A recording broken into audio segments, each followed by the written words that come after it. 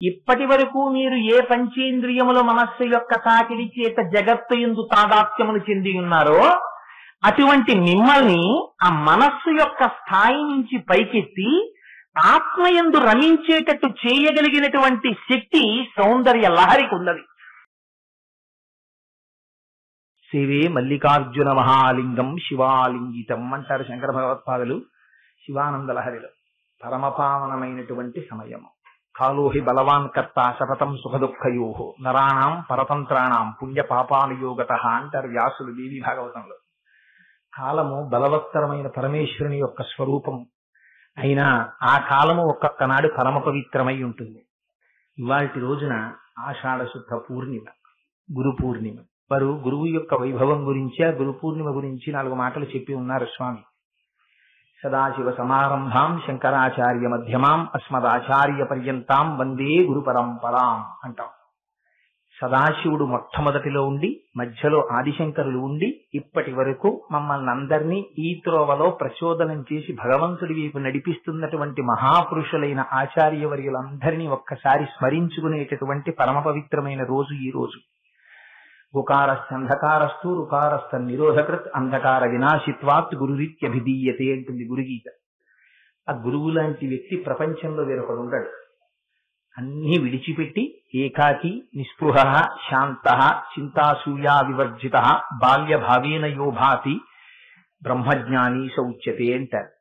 ఆయన ఒక్కడే ఏకాకి, తనలో తాను ఆత్మయందు ఉండి సర్వకాలములయందు రమించేటటువంటి స్వరూపంతో ఉంటాడు. ఒకనాడు పరమశివుడు దక్షిణామూర్తిగా వచ్చారు.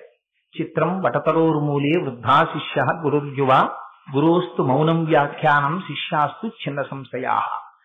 వారు మౌనంగా కూర్చుని తనని బ్రహ్మజ్ఞానము కోసమని ఆశ్రయించినటువంటి సనక సనందనాది మహర్షులందరికీ కేవలం మౌనముతోటి వారి యొక్క సంశయములన్నింటినీ పోగొట్టి బ్రహ్మజ్ఞానమును కటాక్షించారు. అటువంటి సదాశివుడే ఒకనాడు ఆదిశంకరులుగా అవతరించారు. దీని కొరకు అపారమైన వాత్సల్యంతో ఒకనాడు వేదము యొక్క ప్రమాణము ప్రశ్నింపబడితే ఒక ఆడ లేడి 15 వేట కుక్కల మధ్యలో నిలబడిపోయిన నాడు కన్నీరు కారుస్తూ ఎంత ఆర్తితో చూస్తుందో అటువంటి పరిస్థితి ఈ దేశంలో ఉత్పన్నమైతే మహానుభావుడు కైలాస శంకరుడు ఆదిశంకరులుగా అవతరించి భారతదేశం నలుచెరగులా పాదచారి అయి పర్యటించి వేదము యొక్క ప్రమాణమును ప్రశ్నించినటువంటి అనేక వాదములను తాను ఖండించి మళ్లీ వేదాంతర్గతమైన అద్వైత సిద్ధాంతమును వ్యాప్తి చేసి అహం బ్రహ్మాస్మి స్థాయికి దిగినటువంటి మహాపురుషుడు. వారికి ఏమవసరం? వారు పశుమాం సర్వజ్ఞ ప్రజిత కృపయా పలయ విభో అనవలసిన మనిషా శంకర భగవత్పాదులు. అమ్మా దృశా ద్రాఘీయస్య దరదలిత నీలోత్పల రుచ దవీయాంసం దీనం స్నపయ కృపయా మాం అపిశివే అంటారు సౌందర్యలహరిలో. అమ్మా నన్ను తడిపయ్యమ్మా నీ కరుణార్ద్ర హృదయం కరుణార్ద్రతతో కూడిన చూపులతో అంటారు. ఈ శంకరులు ఎందుకు ఆ మాట అనడం? వారు అనవలసిన మాటేది. వారు బ్రహ్మజ్ఞాని నిరంతరము జ్ఞానము చేత ఆత్మస్థితిలో రమించేటటువంటి మహాపురుషుడు ఆ మాట అనడం ఎందుకు అంటే మన కోసమని మరొక మెట్టు కిందకి దిగి నేను ఈ మాట అనకపోతే వీళ్ళందరికీ దారి ఎవరు చూపుతారని మహానుభావుడు ఒకనాడు మౌనంగా కూర్చున్నటువంటి సదాశివుడే నోరు విప్పి వ్యాఖ్యానం చేసినటువంటి సదాశివుడై వచ్చారు. ఒకనాడు కదలకుండా దక్షిణాభిముఖుడై కూర్చున్న సదాశివుడే ఆసేతు హిమాచల పర్యంతము పర్యటించినటువంటి శంకరుడై వచ్చారు. ఒకనాడు అమ్మవారు పక్కన లేకుండా కూర్చున్నటువంటి సదాశివుడే మాతృదేవోభవ పితృదేవోభవ ఆచార్యదేవోభవ అని కదా లోపల తనలో తాను రమించిపోయేటటువంటి నిర్గుణ పరబ్రహ్మస్వరూపాన్ని పొందినటువంటి సదాశివుడు అమ్మవారి యొక్క శక్తి తనలో కలియడం వల్ల ఆ మాతృదేవోభవ పితృదేవోభవ రెండూ కలిసి ఆచార్యదేవోభవగా శంకర భగవత్పాదులుగా పార్వతీ పరమేశ్వరుల యొక్క ఏకత్వమును పొందిన స్వరూపము ఈ భూమి మీద నడయాడింది.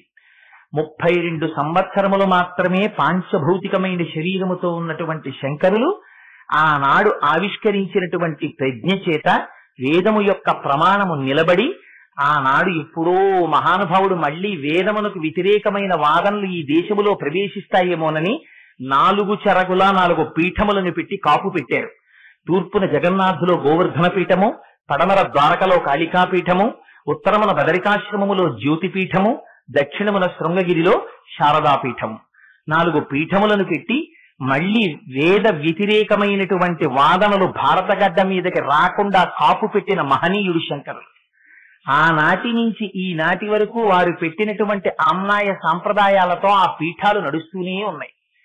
ఇది శంకరులు భారత జాతికి చేసినటువంటి అపారమైన కాంట్రిబ్యూషన్. దానికి ఏమిచ్చి మనం రుణం తీర్చుకోగలం?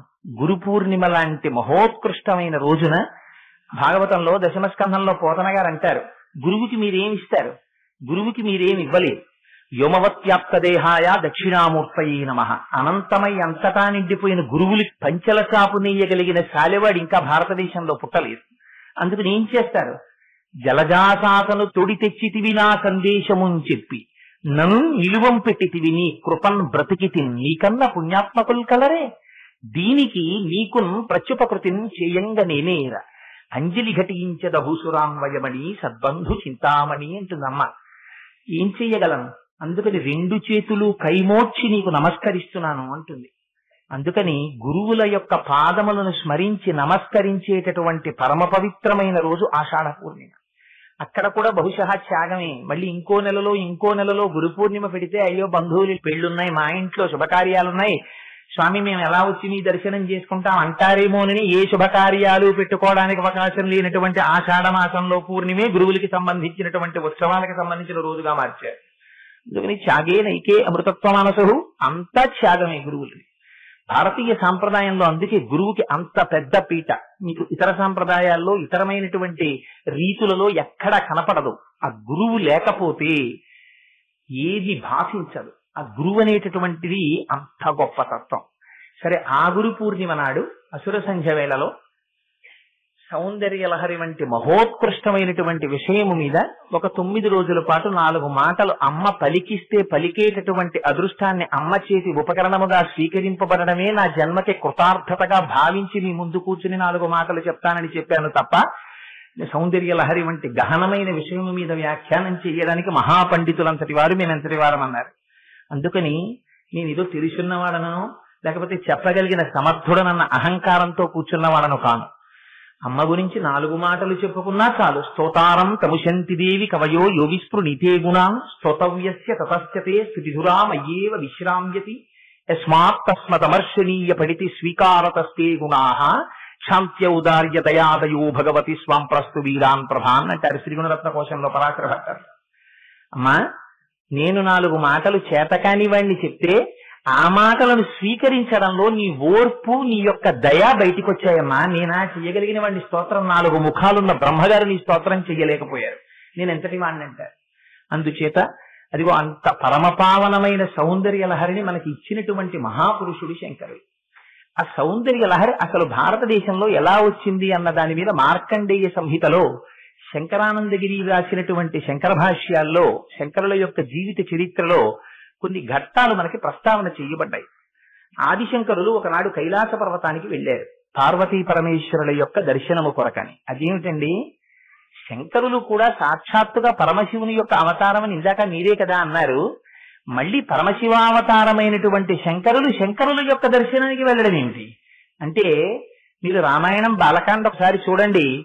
రామచంద్రమూర్తి సాక్షాత్తుగా శ్రీ మహావిష్ణువు యొక్క అంశ. బాలకాండలో వాల్మీకి మహర్షి అంటారు, ఏతస్మిన్ అంతరే విష్ణు రూపయాతో మహాద్యుతి శంఖచక్ర గదాపాణి పీతవాస జగత్పతి అన్నారు. అటువంటి విష్ణువు యొక్క అవతారమే పరశురాముడు. రామావతారం పరశురామావతారం కలుసుకోలా? దశమస్కంధంలో బలము మిగుల కలగ బలుభద్రుడనిలో ఒక రమణుడగుట చేసి రముడనియు సతికి పుట్టె గర్భ సంకర్షణంబున సంకర్షణుండనిడి ఘనుడు సుతుడు అన్నారు పోతన గారు. అదే విష్ణువాంశలో బలరాముడు రావా? కృష్ణుడు బలరాముడు ఒకేసారి భూమి మీద నడయాడవా? అందుకని పరమేశ్వరుని యొక్క రీతి మనం ప్రశ్నించవలసినదిగా ఉండదు. ఒక గురుస్వరూపంతో వచ్చినటువంటి పరమశివుని యొక్క అంశ అయిన శంకర భగవత్పాదుడు ఆ కైలాస పర్వతం మీద ఉండేటటువంటి పార్వతీ పరమేశ్వరుల యొక్క దర్శనము కోసమని వెళ్ళారు. వెడితే మహానుభావుడు పరమశివుడు వారికి 5 ఆత్మలింగములను కటాక్షించారు. అవే ఇప్పటికీ శృంగేరి పీఠంలో, కంచి పీఠంలో, 3వది కేదార్లో, 4వది నేపాల్లోని నీలకంఠేశ్వరాలయంలో, 5వది చిదంబరంలో. ఈ 5 లింగములు కూడా శంకర భగవత్పాదులు భూమి మీదకి తీసుకొచ్చిన తరువాత ఈ 5 లింగములను 5 చోట్ల ప్రతిష్ఠ చేసిన మాట పరమ యథార్థమని నడిచే దేవుడిని ప్రఖ్యాతిగాంచిన చంద్రశేఖర పరమాచార్య స్వామి వారు కూడా ఉటంకించారు. అదే సమయంలో పరమశివుడు 5 లింగములను ఇస్తే అమ్మవారు సౌందర్యలహరి గ్రంథాన్ని శంకర భగవత్పాదులకు ఇచ్చింది. ఇది మార్కండేయ సంహితాంతర్గతమైన విషయము. మహాపురుషులైనటువంటి చంద్రశేఖర పరమాచార్యుల వారు కూడా అంగీకరించి వ్యాఖ్యానించిన విషయం.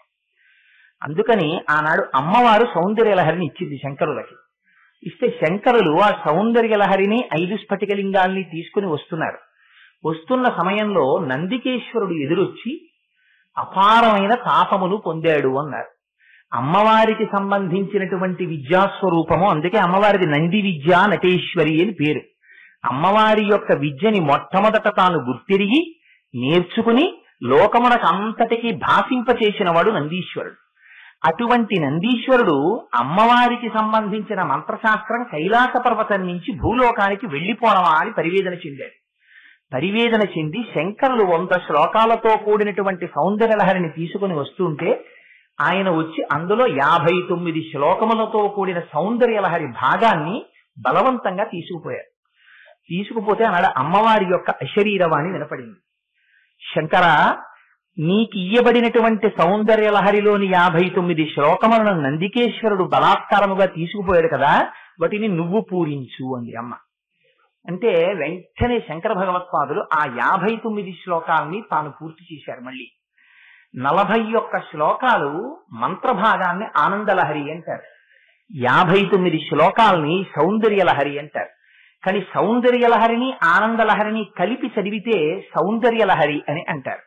సౌందర్యలహరి అమ్మవారి యొక్క కేశాది పాదాది పర్యంతం. ఎందుకంటే దేవతామూర్తుల్ని స్త్రీలుగా ఉపాసన చేస్తే తల నుంచి పాదముల వరకు చెప్పాలి. భగవంతుణ్ణి పురుష స్వరూపంగా చెప్తే ఉపాసన కోసమని సగుణంగా ఆరాధన చేసినప్పుడు పాదాది కేశాది పర్యంతం చెప్పాలి, పాదముల నుంచి శిరస్సు వరకు చెప్పాలి. అందుకని శంకరులు మళ్ళీ అమ్మవారిని శిరస్సు నుంచి పాదముల వరకు వర్ణించారు. అయితే ఇక్కడ మీరు గమనించవలసిన ఒక చిత్రమైన విషయం ఉంది. అసలు ఈ సౌందర్యలహరిని రచించినది ఎవరు? ఆ సౌందర్యలహరిని ఎవరు రచించారు అన్న దాని మీద 2 కథనాలు ఉన్నాయి. ఒకటి లలితా సహస్రనామ స్తోత్రాన్ని చెప్పినటువంటి వశిన్యాది దేవతలు ఎవరున్నారో వాగ్దేవతలు, వారే సౌందర్యలహరిని కూడా చెప్పారు అని. కాదని 2వ వాదన వారంటారు, అమ్మవారి యొక్క ఆపాదమస్తకం అమ్మవారి కబరీబంధం దగ్గర మొదలుపెట్టి అమ్మవారి యొక్క పాదముల గోళ్ల వరకు వర్ణించారంటే అది సాక్షాత్తుగా పరమశివుడు రచించారని కొందరంటారు. అయితే ఇక్కడ చిత్రమైన విషయం ఏంటంటే అమ్మవారు సౌందర్యలహరిని శంకర భగవత్పాదులకిస్తే నందికేశ్వరుడు దాన్ని బలవంతంగా అందులో 51 శ్లోకాలు తీసేసుకుంటే అమ్మవారు శంకర మళ్ళీ నువ్వు పూరించుకోవట్నే 59ని అనడం ఎందుకు, శంకరాచార్యులు వారు పూరించడం ఎందుకు? దాన్ని అలా కాకుండా ఓయ్ నందికేశ్వర నేనిచ్చాను ఈ సౌందర్యలహరి శంకరులకు ఇచ్చిచెయ్యి అని అనలేదా అమ్మ? ఇక్కడే అసలు రహస్యం అంతా ఉంది. సౌందర్యలహరి అమ్మవారు ఈ భూమి మీద ఉన్న వారందరికీ ఒక గొప్ప రహస్యాన్ని చెప్పాలనుకుంది. కాలడి శంకరుడే కైలాస శంకరుడు అని చెప్పాలనుకుంది. కాలడిలో జన్మించి ఈ భూమి మీద నడయాడిన శంకర భగవత్పాదులు ఎవరున్నారో వారే సాక్షాత్తుగా కైలాసంలో ఉండేటటువంటి పరమశివుడు. ఆయన ఈయన ఒకటే, అందుకే ఆయన రచించిన దాన్ని ఈయన పూర్తి చేయగలిగారు. అయితే అమ్మవారు ఇచ్చేటప్పుడే ఆనందలహరిని ఒకదాన్ని ఇచ్చి సౌందర్యలహరిని నువ్వు పూర్తి చేయి శంకరా అనొచ్చు కదా, నందికేశ్వరుడు తీసేసుకునేటట్టు చేయడం ఎందుకు మరి అంటే దానికి ఒక గొప్ప విశేషం చెప్తారు. ఒక రాజు రాజ్యాన్ని చేస్తున్నాడు. ఆ రాజుకు ఒక కుమారుడు ఉన్నాడు. ఆయన సర్వసమర్థుడు. అంత సర్వసమర్థుడైనటువంటి కుమారుడు ఆయన రాజ్యాన్ని ఏలగలిగిన వాడు, తండ్రితో సమానుడు. తల్లి ఎప్పుడైనా పిల్లవాడిని పిలిచి నువ్వు కూడా సమర్థుడవు, అందుకని మీ నాన్నగారి రాజ్యంలో అర్ధభాగాన్ని నువ్వు తీసుకుని పరిపాలించు అని అమ్మ అంటుందా? అలా అనదు. భర్తగారే రాజ్యం ఏలాలి. కానీ ఒకనాడు భర్తగారు అంతఃపురంలో లేకుండా ఎక్కడికో వెళ్ళినటువంటి సమయంలో శత్రువులు దండయాత్ర చేశారు. అప్పుడు తల్లి ఏమంటుంది రాజకుమారుణ్ణి పిలిచి, శత్రువులు వచ్చి రాజ్యం మీద దండయాత్ర చేశారు, నీ తండ్రి గారు వేరొక పని మీద వేరొక చోటికి వెళ్ళారు. నువ్వు కూడా తండ్రితో సమానమైన ప్రజ్ఞ కలిగిన వాడవు, అందుకని నువ్వు శత్రువుని ఓడించి విడిపించు అంటుంది రాజ్యాన్ని. అలా కైలాస శంకరుడే కాలడి శంకరుడిగా వచ్చి ఉండవచ్చు, కానీ ఇప్పుడు కాలడి శంకరుడు గురుస్వరూపంగా అమ్మవారి అయ్యవారి ముందు పుత్రుడిగా పరమ విధేయతతో ఉన్నవాడు. అందుకని తన భర్త స్వరూపంలో ఉన్నటువంటి శంకరులు రాసిన స్తోత్రాన్ని శంకరాచార్యుల వారి చేత తిన్నగా చెప్పించకుండా ఆయనే ఈయన అని నిరూపించడానికి ఇచ్చిన శ్లోకాలలో 59 నందికేశ్వరుడి చేత తీసుకుపోబడేటట్టుగా చేసి వాటిని మళ్లీ తను అశరీరవాణిగా పలికి అదే శంకరాచార్యుల వారి చేత 59 శ్లోకాల్ని అమ్మవారు చెప్పించి సౌందర్యలహరిని పూర్తి చేయించారు. ఆ సౌందర్యలహరి 2 కారణముల చేత మహోత్కృష్టమైన స్వరూపం అన్నారు. ఎందుచేత అంటే సౌందర్యలహరే అమ్మవారు. ఎందుకని? అమ్మవారి యొక్క పాదాది కేశాది పర్యంతం అందులో వర్ణన ఉంది. 2 అమ్మవారికి సంబంధించిన సమస్త మంత్రశాస్త్రము అందులో నిక్షిప్తమైంది, శ్రీ విద్యా రహస్యాలన్నీ. అందుకని ఆ సౌందర్యలహరి పలికితే సాక్షాత్తుగా అమ్మవారి స్వరూపమే ఆవిష్కరింపబడుతుంది. శబ్ద స్వరూపము చేత రూపస్వరూపము ఆవిష్కరింపబడుట. అందుకని సౌందర్యలహరి శ్లోకాలు చదివితే అమ్మవారే వచ్చి నిలబడుతుంది. కాదు 32 సంవత్సరములు మాత్రమే పాంచభౌతిక శరీరంతో ఉన్నటువంటి శంకర భగవత్పాదుల యొక్క సమస్త ప్రజ్ఞ సౌందర్యలహరిలో ఉంది. అందుకని సౌందర్యలహరిగా శబ్దశక్తిగా ఉన్నారు శంకరులు. సౌందర్యలహరి శ్లోకాలు మీరు చెప్తుంటే శంకరులే శబ్దశక్తిగా బయటికి వస్తారు. అందుచేత సౌందర్యలహరి చాలా గొప్పది. సరే, శంకరాచార్యుల వారు ఎన్నో గ్రంథాలను రచించారు, ఒక్కొక్క దానికి ఒక్కొక్క పేరు పెట్టుకున్నారు. ఇది అమ్మవారికి సంబంధించిన స్తోత్రమే, పైగా 100 శ్లోకములతో కూడిన శతకము అయినప్పుడు దీన్ని శతకం అని పిలవకూడదా? సౌందర్యలహరి అని పిలిచారు శంకరులు. సౌందర్యము అంటే బాహ్యమునందేట అందం, లహరి అంటే ప్రవాహం, ప్రవాహం అంటే కెరటం తర్వాత కెరటం, కెరటం తర్వాత కెరటం వచ్చి తీసుకుపోతుంటుంది. అటువంటి లహరి ఎవరి సౌందర్యలహరి? ఇందులో ఎవరి సౌందర్యం గురించి చెప్పారు మనం అడగాలి కదా. సౌందర్యలహరి అన్నారు మీరు, బాగుంది. శివానందలహరి అన్నారు కదా అంతకు ముందు రాసిన దానికి. శివానందలహరి అన్నప్పుడు ఏ ఆనందలహరి అంటే శివానందలహరి అన్నారు. మరి సౌందర్యలహరి అన్నప్పుడు ఎవరి సౌందర్యలహరి? ఓ సీతా సౌందర్యలహరా, పార్వతీ సౌందర్యలహరా, లేకపోతే ఉమా సౌందర్యలహరా, లక్ష్మీ సౌందర్యలహరా? మరి శంకరులు పేరెందుకు పెట్టలేదు అంటే దానికి అన్నారు పానకము. నీకు బెల్లం పాకం అయితే నీకెందుకు, పంచదార పానకం అయితే నీకెందుకు? అది పానకము. పానకము యొక్క స్వరూపం ఏమిటి? తీయగా ఉండడమే. అది ఆనందలహరి. శివతత్వం తురీయావస్థని పొందితే తప్ప అర్థం కానిది. అందుకే మచ్చేతో హృదభిది శివానందలహరి అన్నారు. ఇది సౌందర్యలహరి.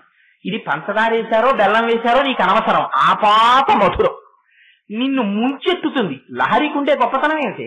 శతకము అని పిలవకుండా లహరి అని పిలవడం వెనకాతల ఒక గొప్ప రహస్యం. శతకం అనుకోండి, శతకానికి 2 ఒడ్లుంటాయి. 1వ శ్లోకం 1 ఒడ్డు, 100వ శ్లోకం 1 ఒడ్డు. 1వ శ్లోకం అనేటటువంటి ఒడ్డు దగ్గర నుంచి దిగి మీరు ఆ ఏటిలో మునిగితే అందులో దాటుతూ వచ్చి 100వ శ్లోకం దగ్గర మళ్ళీ ఒడ్డెక్కేస్తారు. లహరి అలా కాదు. లహరి మీరు కూర్చుంటే కెరటం తర్వాత కెరటం, ప్రవాహం తర్వాత ప్రవాహం వచ్చి మిమ్మల్ని ముంచెత్తుతుంది. ఆ ముంచెత్తుతున్నప్పుడు ఏమవుతుంది మీకు తెలియకుండా శంకరాచార్యుల వారు ఎన్ని ప్రయోగాలు చేశారంటే సౌందర్యలహరిలో మీ మనస్సు వెళ్లి అమ్మ గురించి ఆలోచన ప్రారంభం చేస్తుంది. మీ మనస్సు ప్రపంచంలో ఎప్పుడు ఏ వస్తువు ఎందు పెట్టండి బంధిస్తుంది. అదే మనస్సు అమ్మవారి దగ్గర పెట్టండి. అమ్మవారి పాదముల దగ్గరికి మనస్సు చేరడం చేత చిట్ట చివర జరిగేటటువంటి ప్రయోజనం ఏమిటి? శివశక్త్యాయుక్తో, లేదా అమ్మవారు ఏం చేస్తుంది? శివశక్తిక్య రూపిణి లలితాంబిక, చిట్ట చివర తీసుకెళ్లి అయ్యవారిలోకి కలిపేస్తుంది. అందుకని ఇప్పుడు ఏమైంది? ఇప్పటి వరకు మీరు ఏ పంచేంద్రియముల మనస్సు యొక్క తాకిడి చేత జగత్తు యందు తాదాత్మ్యమును చెంది ఉన్నారో అటువంటి మిమ్మల్ని ఆ మనస్సు యొక్క స్థాయి నుంచి పైకెత్తి ఆత్మయందు రమించేటట్టు చేయగలిగినటువంటి శక్తి సౌందర్య లహరికి ఉన్నది. మరి సౌందర్యం అంటే ఏమిటి? సౌందర్యం అంటే ఇప్పటి వరకు మనం అందం అని అనుకోవాలి కాబట్టి అన్నాం. అందము సౌందర్యము కాదు. అందము ఒకనాడు ఉంటుంది, ఒకనాడు పోతుంది. కాలగతిలో పోయేటటువంటిది అందం. 20 ఏళ్ల వయస్సులో వాడు మంచి శరీరమునందు బలిష్టంగా ఉంటాడు, చూడగానే అబ్బా చాలా అందంగా ఉన్నాడండి అనిపిస్తుంది.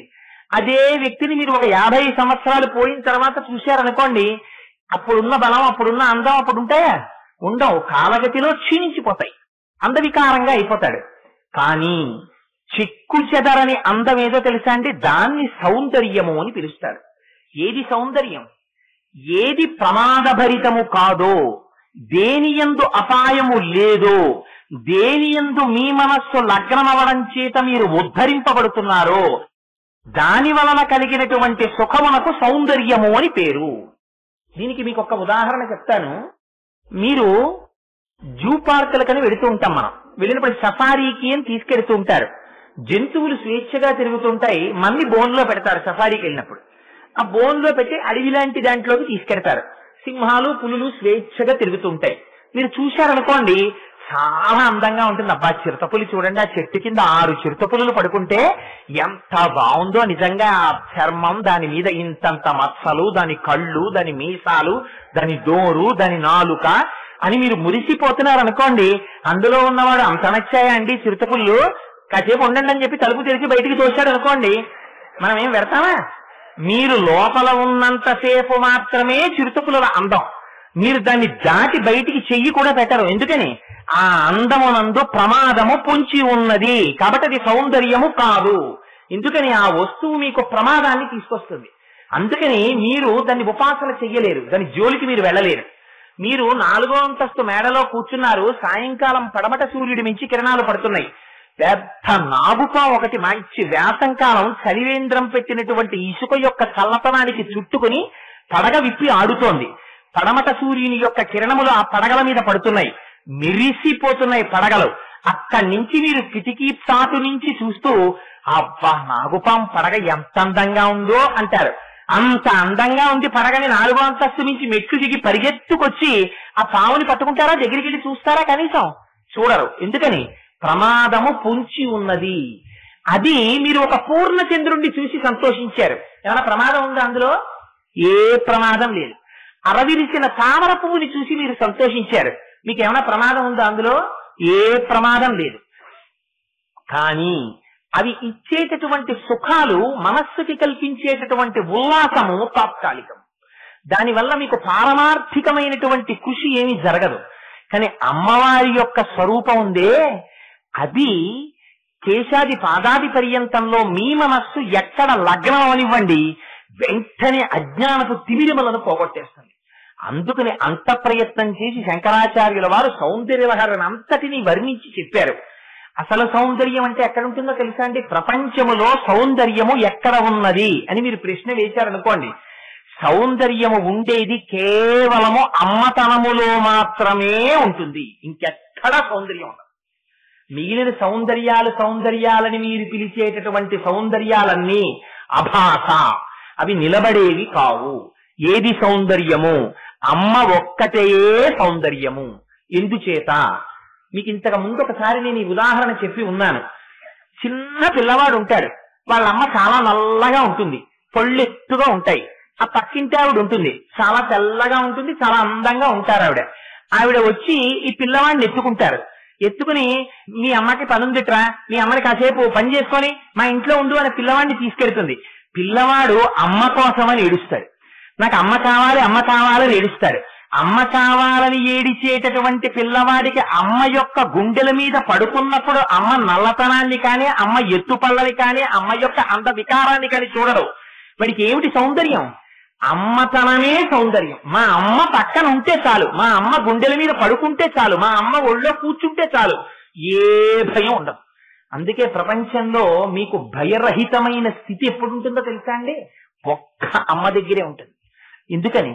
అమ్మ ఏ త్యాగానికైనా సిద్ధం. మీ అభ్యున్నతి కోసం, మిమ్మల్ని రక్షించడం కోసం ఏ త్యాగమైనా చేసేసి తను మాత్రం పిల్లాన్ని రక్షించుకుంటుంది. ఒక పిల్లవాడు, తెలియక పసిపిల్లవాడు పారాడుతున్నాడు. ఎట్నుంచో పాము పరిగెత్తుకుంటూ వచ్చింది. వచ్చి పడగెత్తి ఆడుతోంది. పిల్లవాడు తెలియక పాకుతూ ఉన్న పిల్లవాడు చెయ్యెత్తి పావుని పట్టుకోవాలని చూస్తున్నాడు. వాడికి తెలియదు పావుని. పిల్లవాడి కేరింతలు వినపడ్డాయి అమ్మకి. ఏదో చూస్తూ పెరట్లోకి వచ్చింది. పావుతో ఆడుతున్నాడు పిల్లవాడు. చెయ్యెత్తి పావుని పట్టుకుందాం అనుకుంటున్నాడు. పడగ దొరకకుండా పావు అటు ఇటు ఊగుతోంది. అమ్మ చూసింది. చూసి పిల్లవాడు పావుతో ఆడుకుంటున్నాడని పావుని కొట్టడానికి ఎవరైనా బయటవాణ్ణి తీసుకురావడానికి బయటికి ఎడుతుందా? పరిగెత్తుకొచ్చి పిల్లవాణ్ణి తీసేస్తుందా? పిల్లవాణ్ణి తీసేస్తుంది. తెలీదా అమ్మకి పిల్లవాణ్ణి తీసేసే ముందు పావు తన్నికరి చేసేటటువంటి అవకాశం ఉందని అమ్మకి తెలుసు. అయినా తను పోయినా పర్వాలేదు, వాడు బతకాలి. ఇది ఒక్క అమ్మతనంలో మాత్రమే ఉంటుంది. అందుకే భారతీయ సంప్రదాయంలో స్త్రీకి 3వ స్థితి చేత పరిపక్వత. 1 ఒక తండ్రికి కుమార్తెగా, 2 ఒక భర్తకి భార్యగా, 3 బిడ్డలకి తల్లిగా. ఆ తల్లితనాన్ని పొందిన తరువాత మాత్రమే సంపూర్ణత్వాన్ని అమ్మ పొందుతుంది. అందుకే అమ్మ గురించి మీరు ఎక్కడ చదవండి, ఎక్కడ వినండి, అమ్మవారిగా కొలిస్తే అవ్యాజ కరుణామూర్తి అంతే. అమ్మకేం తెలుసు? దయ ఒక్కటే తెలుసు. అటువంటి నిర్భయమైనటువంటి స్థితి అమ్మ దగ్గర ఉంటుంది మీకు. ఆ అమ్మతనాన్ని ఆ అమ్మ గురించి చెప్పుకోవడంలో పొంగిపోయారు శంకరాచార్యుల వారు. ఎంత సంతోషపడిపోయారో. అయితే కొంతమంది ఒక మాట అంటారు, ఏమండి అదేమిటి మరి అమ్మవారు కాళీ స్వరూపంలో ఉంటుంది కదా, దుర్గా స్వరూపంలో ఉంటుంది కదా, ఇవన్నీ చాలా భయానకంగా ఉంటాయి, ఆ స్వరూపాలని మనం ఉపాసన చేయలేం కదా, మరి అవన్నీ అమ్మ యొక్క స్వరూపాలు ఎలా అవుతాయి? మీ అమ్మగారే ఒకనాడు మీరు రాత్రి నిద్రపోకుండా పిల్లలతో కలిసి ఆడుకుంటుంటే మీరు ఎక్కువసేపు నిద్రపోతే ఆ నిద్రపోకుండా మీరు ఉండడం చేత మీకు మరునాడు అజీర్తి చేస్తుందని, దగ్గొస్తుందని, వేడి చేస్తుందని 4 దెబ్బలు కొట్టి పడుకోబెడుతుంది. ఆ దెబ్బలు కొట్టేటప్పుడు అమ్మ ముఖం చూస్తే పడుకుంటావా పడుకోవా అని బలవంతంగా తలపెట్టి పడుకోబెట్టి వీపు మీద గట్టిగా జోకొట్టేస్తుంది. అలా పడుకోబెట్టేస్తున్న అమ్మని చూస్తే పిల్లాడికి మనస్సులో క్రోధమూర్తిలా కనపడుతుంది. అయితే అమ్మతనం ఉందా లేదా? పడుకోబెట్టడంలో అంత వ్యగ్రత కనపరిచినా ఏమిటి ప్రయోజనం? పడుకోబెట్టడమే ప్రయోజనం. అలా ఒకనాడు అమ్మ జగత్తుని నిలబెట్టడానికి రాక్షస సంహారం చేయడంలో ఉగ్రమూర్తిగా కనపడచ్చు, కానీ అమ్మ అమ్మే. అందున ఇక్కడ 2 కలిసే సౌందర్యలహరిలో. 1 అటువంటి అమ్మవారి యొక్క అపారమైనటువంటి వైభవం అంతా సౌందర్యలహరిలో వర్ణించారు. వర్ణించిన వారెవరు వర్ణించారు? జగద్గురువులు వర్ణించారు. మీ ఇంట్లో మీరు పూజ చేసేటప్పుడు మీ నూటిలో నీళ్లు తెచ్చి మీరు పంచపాత్రలో పెడితే ఆ నీటికి పవిత్రత కల్పించడానికి మీరు మంత్రం చెప్పాలి.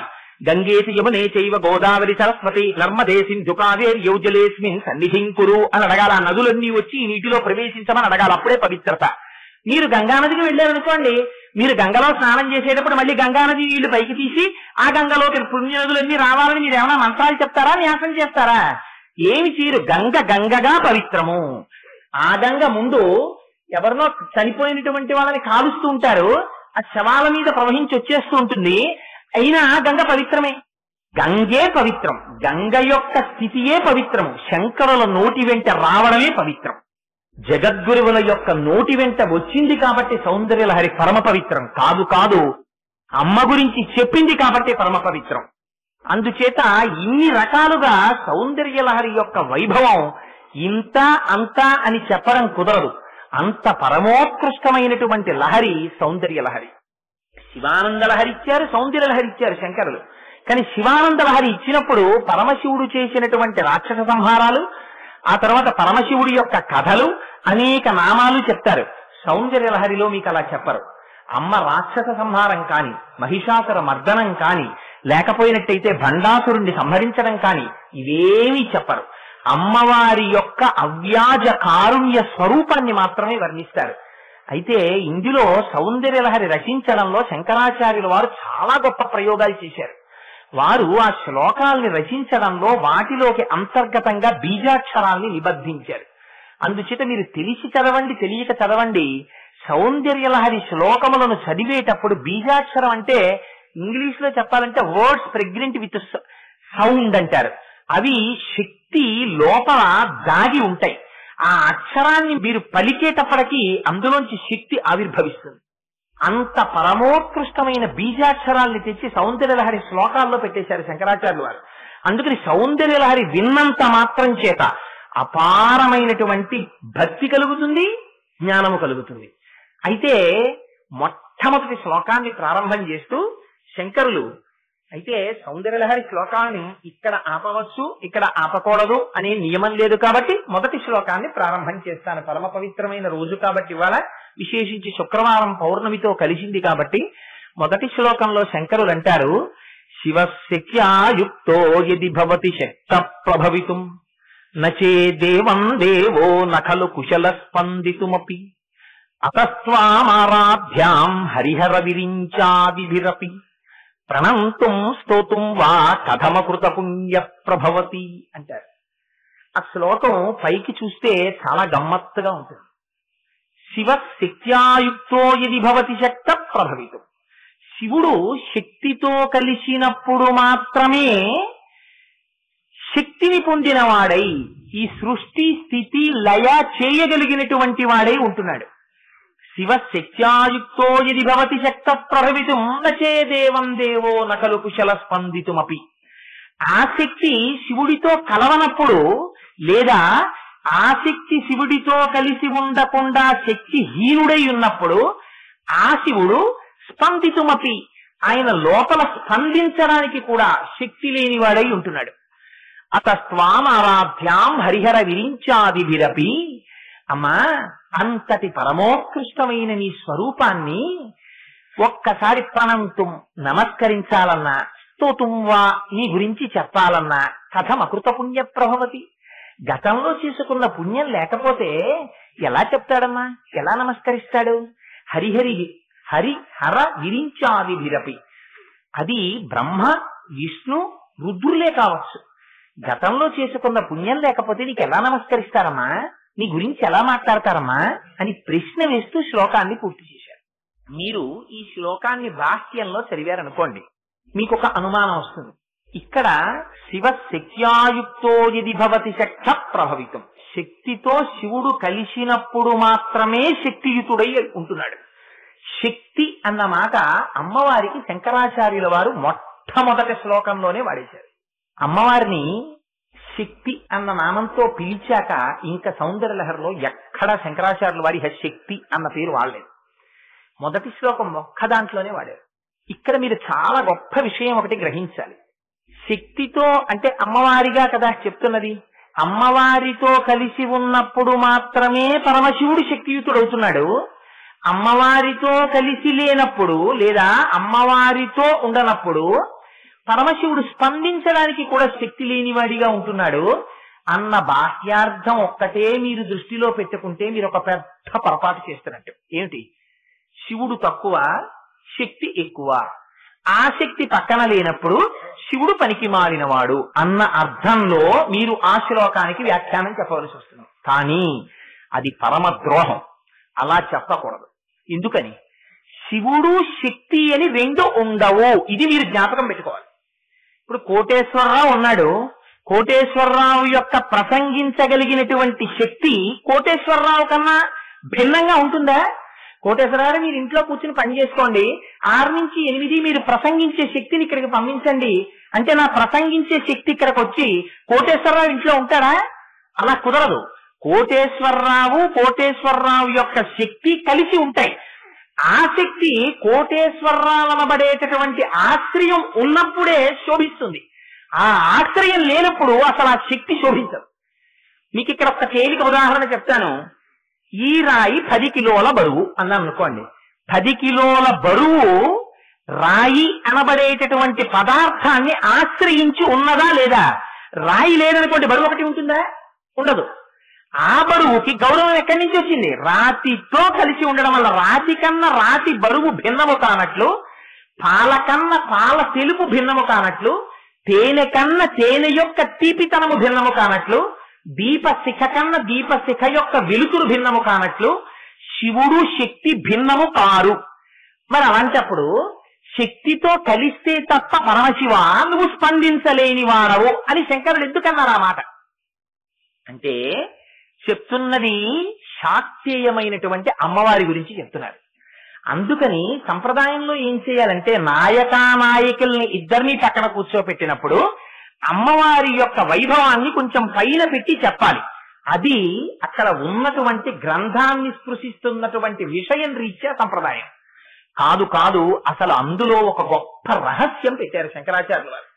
అందుకని మొట్టమొదట శివ అని వాడారు. నిజంగా శంకరాచార్యుల వారు అమ్మవారి గురించే గొప్ప అని చెప్పాలనుకున్నారనుకోండి, అనుకుంటే మొదట శివ అని ప్రారంభించడం ఎందుకు? శంకరాచార్యుల వారికి చేత కాదా? అయ్యవారితో కాకుండా అమ్మవారి నామంతో ప్రారంభించలేరా శంకరాచార్యుల వారు? శివ అంటే శంకరుడు, శివ అంటే అమ్మవారు. అలా ప్రారంభించచ్చు కదా. అలా ప్రారంభించలేదు. అక్కడ మీకు చాలా గమ్మత్తైన రహస్యం ఒకటి దాచారు. శివ శక్త్యాయుక్తో ఇది భవతి శక్త ప్రభవితం అన్నారు. ఇకారము ఎక్కడ ఉన్నా అమ్మవారు. అందుకే మీరు చూడండి, భవ శివుడు, భవాని అమ్మవారు. ఇకారం వచ్చేటప్పటికి అయ్యవారి శక్తి స్వరూపం అయిపోతుంది. శివ పరమశివుడు, శివాని అమ్మవారు, రుద్ర రుద్రాణి, ఇంద్ర ఇంద్రాణి, బ్రహ్మ బ్రాహ్మణి, ఈశ్వర ఈశ్వరి, నారాయణ నారాయణి, అభిరామ అభిరామి. ఎక్కడ ఇకారం వస్తుందో అక్కడ అది అమ్మవారి యొక్క స్వరూపం. అందుకే శ్రీ సూక్తంలో కూడా ఇదే రహస్యాన్ని చెప్తారు. ఆ ఇకారం అమ్మవారి యొక్క శక్తి స్వరూపం. ఆ శక్తి సర్వకాలముల యందు పరమశివుణ్ణి ఆశ్రయించి ఉంటుంది. ఆయన ఆచార్య పురుషుడు. చెప్తున్నవారు ఎవరు చెప్తున్నారు ఈ శ్లోకాన్ని? జగద్గురువులైన శంకరులు చెప్తున్నారు. చెప్పేటప్పుడు భార్యాభర్తల ఇద్దరి మధ్యలో భార్య యొక్క స్థానాన్ని పైకి చెప్పి భర్త యొక్క స్థానాన్ని కిందకి చెప్తే ధర్మశాస్త్రమును తప్పినట్టు అవుతుంది. శంకరుల ఊపిరి ధర్మం. వారు ధర్మాన్ని ఎలా అనుష్ఠించాలో ప్రతి చోట చెప్పిన మహాపురుషుడు. అటువంటి శంకరులు అమ్మవారిని పైకి అయ్యవారిని కిందకి చెప్తారా? చెప్పరు. కానీ మరి ఎందుకు అలా చెప్పవలసి వచ్చింది అంటే ఇందులో ఒక గొప్ప సృష్టి రహస్యాన్ని శంకరాచార్యుల వారు చెప్తున్నారు. శివ అన్న శబ్దము చేత ప్రతిపాదింపబడేటటువంటి వాడు నిర్గుణమైనటువంటి శివుడు. నిర్గుణమైన శివుడు అంటే ఎవరో తెలుసా అండి? మీరు గాఢమైన నిద్రలో ఉన్నారనుకోండి, కళ కూడా రావట్లేదు, గాఢమైన నిద్ర. అప్పుడు మీరు చాలా సుఖంగా ఉందంటారు నిద్ర లేచాక. కానీ గాఢమైన నిద్రలో మీరున్నప్పుడు ఎవరున్నారు చెప్పండి? ఇంద్రియాలు ఏమైనా ఉన్నాయా? లేవు. మనస్సుందా? లేదు. ఈ శరీరం గురించిన భావన ఉందా? లేదు. నేను అన్న స్ఫురణ ఏమైనా ఉందా? లేదు. మరి ఎవరున్నారు? ఆత్మ ఒక్కటే ఉన్నది. లేదా స్పృహ తప్పిపోయాడు, లేదా ఎనస్థీషియా ఇచ్చారు, వాడు పడుకున్నాడు. అప్పుడు ఏమైనా భావాలు వస్తాయా? కోరికలు పుడతాయా? ఏం పుట్టవు. నిర్గుణంగా తనలో తాను ఒక్కడే ఉండిపోతాడు. ఇంకా మీకు తేలికగా అర్థం అవ్వాలంటే కెరటములు లేని ఘనీభవించిన ఒక సముద్రాన్ని మీరు ఊహించుకోండి. అందులో కెరటాలు లేవు, ఆ సముద్రం ఏం కదలటం లేదు, అది ఘనీభవించిపోయింది, మంచు అయిపోయింది, ఒక పెద్ద గడ్డ. ఇప్పుడు మీరు ఆ సముద్రం దగ్గరికి వెళ్ళారు, అందులో ఏమైనా కదలిక ఉందా? ఏ కదలిక లేదు. సృష్టి అంతా లయమైపోయిన తరువాత పరమశివుడు ఒక్కడే ఉన్నప్పుడు నిర్గుణమైనటువంటి బ్రహ్మము అద్వైత స్థితిలో తానొక్కటి తప్ప వేరొకటి లేక తనలో తాను రమిస్తూ తాను మాత్రమేగా ఉండిపోతుంది. అలా ఉండిపోయినటువంటి శివుడు నిర్గుణమైన శివుడు. ఇప్పుడు ఆ శివుణ్ణి విడిచిపెట్టి ఎక్కడో తిరగదు శక్తి. శక్తి ఎక్కడుంటుంది? శివుడిలోనే ఉంటుంది. శివుడిలోనే ఉన్న శక్తి అని మీరు ఎలా చెప్పగలరు? శంకరాచార్యుల వారు చెప్తున్న శక్తి స్వరూపం శివునిలోని శక్తి అని మీరు ఎలా చెప్తున్నారు? స్పందితుమపి అన్న మాట దానికి ఆధారం. చలనము అన్నారు అనుకోండి, బయట నుంచి వచ్చినటువంటి ప్రేరణ చేత కదిలితే చలనం. ఇప్పుడు నేను చాలా కదలకుండా కూర్చుని ఉండి ఎక్కడో ఏదో పెద్ద శబ్దం అయితే ఇలా చూశాను అనుకోండి, కదిలితే బయట వచ్చేటటువంటి మార్పుకి అనుగుణంగా నేను కదిలాను, అది చలనం అంటారు. స్పందన అంటే ఏమిటో తెలుసా అండి? లోపల మనస్సులో కలిగితే, నా లోపలే కలిగింది, ఇక్కడే ఒక కోరిక పుట్టింది, ఇది మీకు కనపడుతుందా? మీకేం కనపడదు నాలో ఒక కోరిక పుడితే. అలా వచ్చేట దాన్ని స్పందన అంటారు. ఆ స్పందన ఎవరు కల్పిస్తారో తెలుసా? అయ్యవారి లోపలే ఉన్న శక్తి స్వరూపమైన అమ్మవారు చేయిస్తారు. అందుకే ప్రపంచంలో జడము చేతనము అని రెండు వస్తాయి. జడము అంటే రాయి ఉంది, రాయికి ఏమి కదలిక ఉండదు, అది అలా పడుతుంది. చేతనము అంటే చైతన్యం ఉంటుంది, చైతన్యం అంటే అమ్మవారు. చైతన్యం ఉన్న వస్తువు ఏం చేస్తుంది? ఎప్పుడు కదులుతూ ఉంటుంది, కదులుతూ ఉంటుంది, లోపల కోరికలు పుడుతూ ఉంటాయి. దేని గురించో తిరుగుతుంటాడు, కదులుతుంటాడు. ఇది అమ్మవారి యొక్క చైతన్య స్వరూపం. అందుకని స్పందితుమపి అండంలో అమ్మవారు ఇప్పుడు ఎక్కడున్నారు? పరమశివుడి లోపలే ఉన్నారు. అమ్మవారు మహాపతివ్రత. అమ్మవారి గురించి మాత్రమే మీరు పొగిడి అయ్యవారి గురించి తక్కువ చేసి మీరు మాట్లాడితే మొట్టమొదట నష్టపోయేవాడు ఎవరంటే అలా మాట్లాడినవాడే. అందుకని ఎన్నడూ అమ్మవారి గౌరవం, అమ్మవారి ఆనందం ఎప్పుడో తెలుసా అండి? అయ్యవారి గురించి మీరు ముందు పొగిడితేనే అమ్మవారు సంతోషిస్తుంది. అందుకే అమ్మవారి వైభవాన్ని సౌందర్యలహరిలో వర్ణిస్తూ శంకరులో మాట అన్నారు, అమ్మా నీ పాదముల దగ్గర నుంచి శిరస్సు వరకు నీ శరీరం అంతా అత్యంత మృదువుగా ఉంటుంది, కానీ నీ మోచిప్పలు మాత్రం చాలా గరుగ్గా ఉంటాయమ్మా అన్నారు. ఎందుకుట గరుగ్గా ఉండడం? పరమశివుడు ఎప్పుడెప్పుడు సభలోకి వస్తే అప్పుడప్పుడు అమ్మవారి వెళ్లి మోకాళ్ళ మీద వంగి శిరస్సు ఆయన యొక్క పాదములకు తగిలేటట్టుగా నమస్కరిస్తూ ఉంటుంది. ఇది మహాపాతివ్రత్యం. సరస్వతీదేవి వీణ వాయిస్తూ పరమశివుడి గురించి స్తోత్రం చేస్తుంటే అమ్మవారు పొంగిపోతూ ఉంటుంది. ఆవిడ ఎప్పుడూ తన భర్త యొక్క కథలని వినే స్థితిలో ఉంటుంది. అందుకని శివశబ్దంతో సౌందర్యలహరి మొదలెట్టారు. ఇది మనకి ఉపాసన నేర్పడం. అందుకని శివశక్త్యాయుక్తో యది భవతి శక్త ప్రభవితం, అలా నిర్గుణమైనటువంటి చైతన్యముగా ఉండిపోయినటువంటి అనంతమైన చైతన్య రాశి అయిన పరమశివునిలో స్పందితుమపి అమ్మవారు శక్తి స్వరూపంగా కదులుతుందిటే. ఏమిటా కదలిక? ఆ కదలడాన్నే చిచ్చక్తి అంటారు. అదే జ్ఞానశక్తి. అది ఎలా కదులుతుంది? తనొక్కడే ఉండిపోయాడు. ఆత్మస్వరూపంగా శంకరుడు తప్ప వేరొకడు లేడు. సదాశివుడై ఉండిపోయాడు. ఈ సదాశివుడై ఉండిపోయినటువంటి శివుడిలో మొట్టమొదట ఒక కోరిక కలుగుతుంది. ఏమిటా కోరిక? తానే అనేకముగా విస్తరిల్లాలి అనుకుంటాడు. అనేక రూపాలుగా, అనేక రంగులుగా తాను విస్తరించాలనుకుంటాడు. అలా అనుకోగానే అమ్మవారు శక్తి స్వరూపం కనుక ఒక్కసారి తల్లి ఈ జగత్తుగా పరిణమిస్తుంది. పరిణమించి మనస్సుగా, వాక్కుగా, జగత్తుగా తల్లి ఈ ప్రపంచమంతటా వ్యాప్తి చెందుతుంది. ఈ వ్యాప్తి చెందడమే శివశక్త్యాయుక్తో యది భవతి శక్త ప్రభవితం. ఇందులో చిత్రం ఏమిటంటే, అలా ఒక్కడిగా ఉండిపోయిన పరమశివుడు జగత్తునంతటినీ నిర్మించి ఈ జగత్తునంతటినీ పరిపాలించేటటువంటి సమర్థుడైనప్పుడు తనే వెంటనే నలుగురిగా విడిపోతాడు. అందుకే మీరు లలితా పరాభట్టారిక స్వరూపం చూడండి. అమ్మవారు ఒక పెద్ద శయనం మీద, మంచం మీద కూర్చుని ఉంటుంది.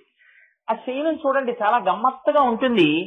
ఆగ్నేయంలో బ్రహ్మగారు ఉంటారు, నైరుతిలో శ్రీ మహావిష్ణువు ఉంటారు, వాయవ్యంలోకి వచ్చేటప్పటికి మీకు మహేశ్వరుడు ఉంటాడు, అదే మీకు ఈశాన్యంలోకి వెళ్ళేటప్పటికి సదాశివుడు ఉంటాడు. అమ్మవారు పైన పరమేశ్వరుని యొక్క, మహాకామేశ్వరుని యొక్క పర్యంకం మీద అమ్మవారు కూర్చుని ఉంటుంది. అలా కూర్చుని ఉండడంలో ఒక గొప్ప రహస్యం చెప్పారు.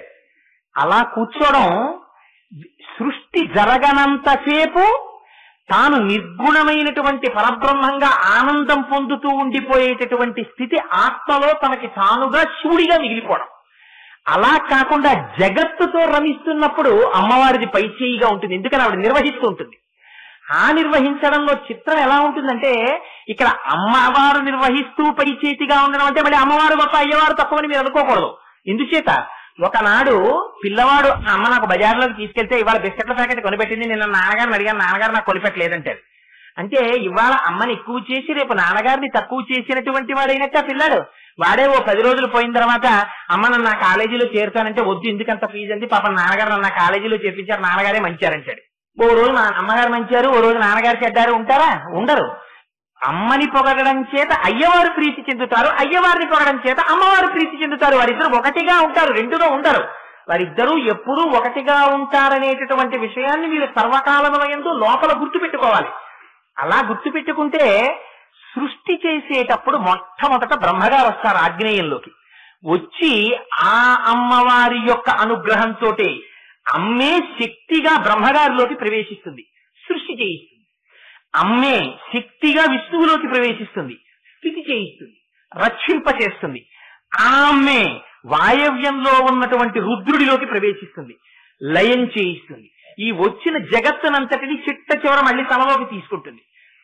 అదే అమ్మ ఈశాన్యంలోకి వచ్చేటప్పటికి మహేశ్వరుడి చేత అజ్ఞానాన్ని కల్పింపచేస్తుంది. అదే అమ్మ పైన పర్యంక రూపంలో ఉన్న సదాశివుడి చేత అనుగ్రహాన్ని ఇప్పిస్తుంది. ఏమిటంటే ఆ 4 మాటలు కొంచెం టెక్నికల్ గా ఉన్నాయి మీరు చెప్పినవి అని మీకు అనిపిస్తుంది. సహజం. ఆ మొదటి శ్లోకం కొంచెం గహనంగా ఉంటుంది. ఎందుచేత అంటే సృష్టి అంటే అసలు అంతకు ముందేం లేదు, ఇప్పుడు వచ్చింది. ఆషాఢ మాసానికి ముందు మీకు సృష్టి ఉండదు. అన్ని గింజలు పడిపోతాయి వేసంకాలంలో. ఏది ఏ గింజ మీకు తెలియదు. వాన చినుకు పడుతుంది, జామ గింజ జామ చెట్టు అయిపోతుంది, చిక్కుడు గింజ చిక్కుడు పాదు అయిపోతుంది, వేప గింజ వేప చెట్టు అయిపోతుంది. అలా అసలు ఒక్కడే ఉండిపోయిన పరమాత్మ అనేక రూపాలుగా భాషించడం మొదలు పెడతాడు.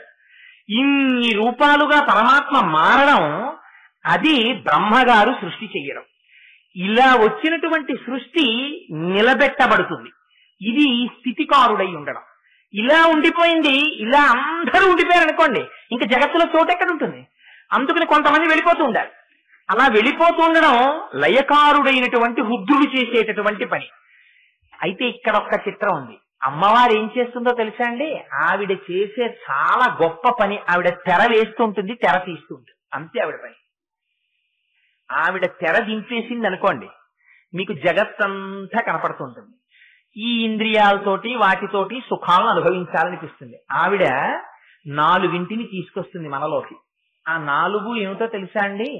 తను, కరణము, భోగము, భువనము. ఈ 4 పెట్టేస్తుంది. తనుహు అంటే శరీరం, కరణము అంటే లోపల ఇంద్రియాలు మనస్సు, భువనము అంటే బయట ప్రపంచం, భోగము అంటే సుఖాన్ని అనుభవించడం.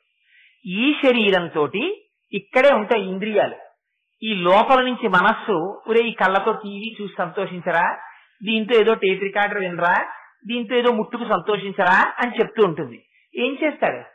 ఆ ఇంద్రియాలతో సుఖాలని దుఃఖాలని అనుభవిస్తూ ఇవన్నీ నే చేశానని పాపపుణ్యములను మూట కట్టుకుంటాడు. ఈ 4 చేత అమ్మవారు జీవశక్తిగా ఉంచేస్తుంది. ఇది ఒకనాడు అమ్మవారికి అనుగ్రహం కలుగుతుంది. వీడు ఈ తను, కరణము, భువనము, భోగము ఈ 4 అమ్మవారి వైపుకి తిప్పుకుంటాడు. ఈ 4 భగవంతుడి వైపుకి తిప్పి ఎప్పుడు భక్తిగా అమ్మవారి పాదాలు పట్టుకుని ఉండడం అలవాటైందనుకోండి, అదే తల్లి ఎంత చిత్రమైన పని చేస్తుందంటే ఇప్పటి వరకు ఉన్న అజ్ఞానాన్ని తీసేస్తుంది. ప్రపంచం వైపుకి తిప్పితే మహేశ్వరుడు తిరోధానం అంటారు. ప్రపంచం కనపడకుండా అంతటా పరమశివుడే ఉన్నాడనేటటువంటి భావన కల్పింపచేస్తే అమ్మవారైపోతుంది. అమ్మవారు జ్ఞానం ఇస్తుంది. అప్పుడు సదాశివ పర్యంక నిలయాం. అప్పుడు ఆ తల్లి పరమశివుని యొక్క తొడ మీద కూర్చుని ఉంటుంది. అందుకని అందరికన్నా పైకి ఆవిడ కూర్చుని పంచకృత్య పరాయణ ఈ 5 అమ్మవారు చేస్తుంటుంది.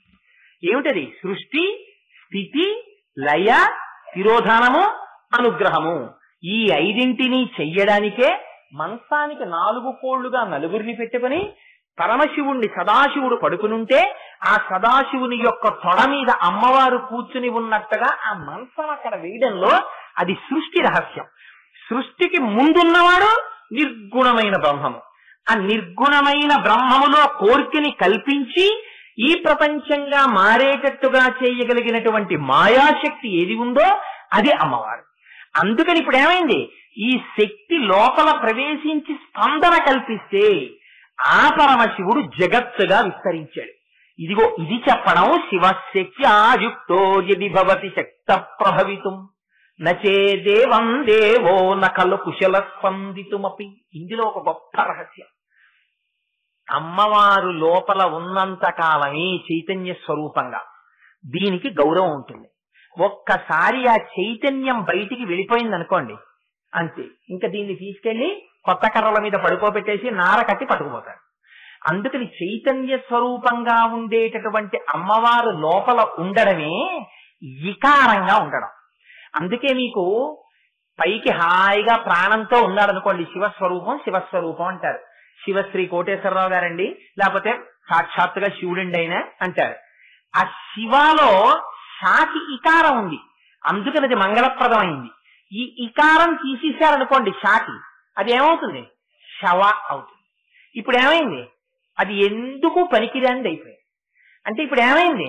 అయ్యవారిలో అమ్మవారు ఎప్పుడూ ఉంటారు. అది ఎన్నడూ విడివడని శక్తి. అంటే శివుడు శక్తి అలా ఉండి ఎప్పుడైనా అవుతారా అండి అని అమంగళప్రదమైన ఆలోచన చెయ్యకూడదు. అక్కడ శివుడు నిర్గుణమైన పరబ్రహ్మము. ఆయనతో శక్తి ఎన్నడూ విడిపడకుండా ఉంటుంది. మన మాతాపితరులుగానే చూడాలి. అందుకనే మొట్టమొదటి శివశబ్దంతో ప్రారంభం. అందుని శివశక్త్యాయుక్తో యది భవతి శక్త ప్రభవితుం నచే దేవం దేవో నఖలు కుశల స్పందితుమపి. ఆ శక్తి పనిచేయనంత కాలం, అంటే నిర్గుణముగా ఆత్మస్వరూపుడై పరమేశ్వరుడు ఉండిపోయినంత కాలం అసలు ఈ సృష్టికి ఉన్ముఖంగా శివుడు తిరగడు. అందుకని నిర్గుణుడై కూర్చుంటారు. అందుకే తమిళనాడులో సామెత ఉంది. ఏమిటో తెలుసా అండి? తమిళనాడులో ఎవరినైనా నోరు మూసుకుని మాట్లాడకుండా కూర్చోండి అని చెప్పాల్సి వచ్చింది అనుకోండి, గౌరవంగా ఏ సభలోనైనా ఎవరైనా ఎక్కడైనా అల్లరి చేస్తున్నారు అనుకోండి, ఇక్కడ ఎవరో ఉపన్యాసం చెప్తుంటే అక్కడ ఎవరో మాట్లాడుతున్నారు అనుకోండి, అయ్యా మీరు ఓ మూల పరమశివుళ్ళ కూర్చోలేరా అంటారు. అక్కడ ఓ మూల పరమశివుళ్ళ కూర్చోలేరా అంటే ఏమిటో తెలుసా? నీలో నువ్వు ఆనందమును పొందుతూ అద్వైతమైనటువంటి నీకన్నా వేరొక వస్తువు లేనటువంటి స్థితిలో నిర్గుణమైనటువంటి పరబ్రహ్మ ఆనందమును నువ్వు పొందుతూ ఉండలేవా? ఇది కదా మాట్లాడతావు. మాట్లాడావంటే నీలోకి ఇచ్ఛాశక్తి జ్ఞానశక్తి క్రియాశక్తులు వచ్చేస్తున్నట్టు. ఇచ్ఛాశక్తి జ్ఞానశక్తి క్రియాశక్తులుగా అమ్మవారు పనిచేస్తూ ఉంటుంది లోపల. అందరిలో అంతే, అదే పని. మీకు ఇచ్ఛాశక్తి జ్ఞానశక్తి క్రియాశక్తులకి సృష్టి మొదలకు ఉండేటటువంటి ఉదాహరణ ఒకటి చెప్తాను. అమ్మవారు ఇచ్ఛాశక్తి జ్ఞానశక్తి క్రియాశక్తిగా ఉండనంటే పసిపిల్లాడు అమ్మ కడుపులోంచి బయటికి వస్తాడు. వాడికి ఆకలి వేస్తుంది. వాడికి ఏం తెలుసు చెప్పండి? ఏం చేస్తే వాడి కడుపు నిండుతుందో వాడికి ఏమైనా తెలుసా? వాడికి ఏం తెలియదు. వాడికి మాత్రం ఒక్కటి తెలుసు, ఇచ్ఛాశక్తి వాడిలో ఉన్నది. ఆకలి వేస్తోంది కడుపులో, ఏదో పొయ్యాలి, పొయ్యకపోతే ఇది నిండదు, ఇది నిండకపోతే నాకు బాధగా ఉంది. కానీ భాష వాడికి తెలియదు. వాడిలో ఏదీ లేని తనమని మీరు అనడానికి వీల్లేదు. వాడు ఏడిచ్చాడు ఆకలిస్తోంది కాబట్టి. అంటే వాడి లోపల కోరిక ఉంది, అందుకని వాడు పాలు కావాలి కాబట్టి ఏడ్చాడు. అమ్మ వచ్చింది, పక్కన పడుకుంది, స్తన్యం ఇచ్చింది. వాడికి తెలుసా అమ్మ స్తన్యాన్ని నోట్లో పెట్టుకుని కొడవడం అనేటటువంటి దాన్ని వాడు ఇంతకు ముందు చేయలేదు. మొట్టమొదటిసారి జగత్తులోకి వచ్చినటువంటి శిశువు అమ్మ స్తన్యాన్ని నోట్లో పెట్టుకోవడం కూడా వాడికి చేత కాదు. అమ్మ ఔదార్యం తనే స్తన్యాన్ని పిల్లవాడి నోట్లో పెడుతుంది, పెట్టగలదు. కానీ వాడు స్తన్యాన్ని చప్పరించి పాలని త్రాగేటట్టు అమ్మ చెయ్యగలదా?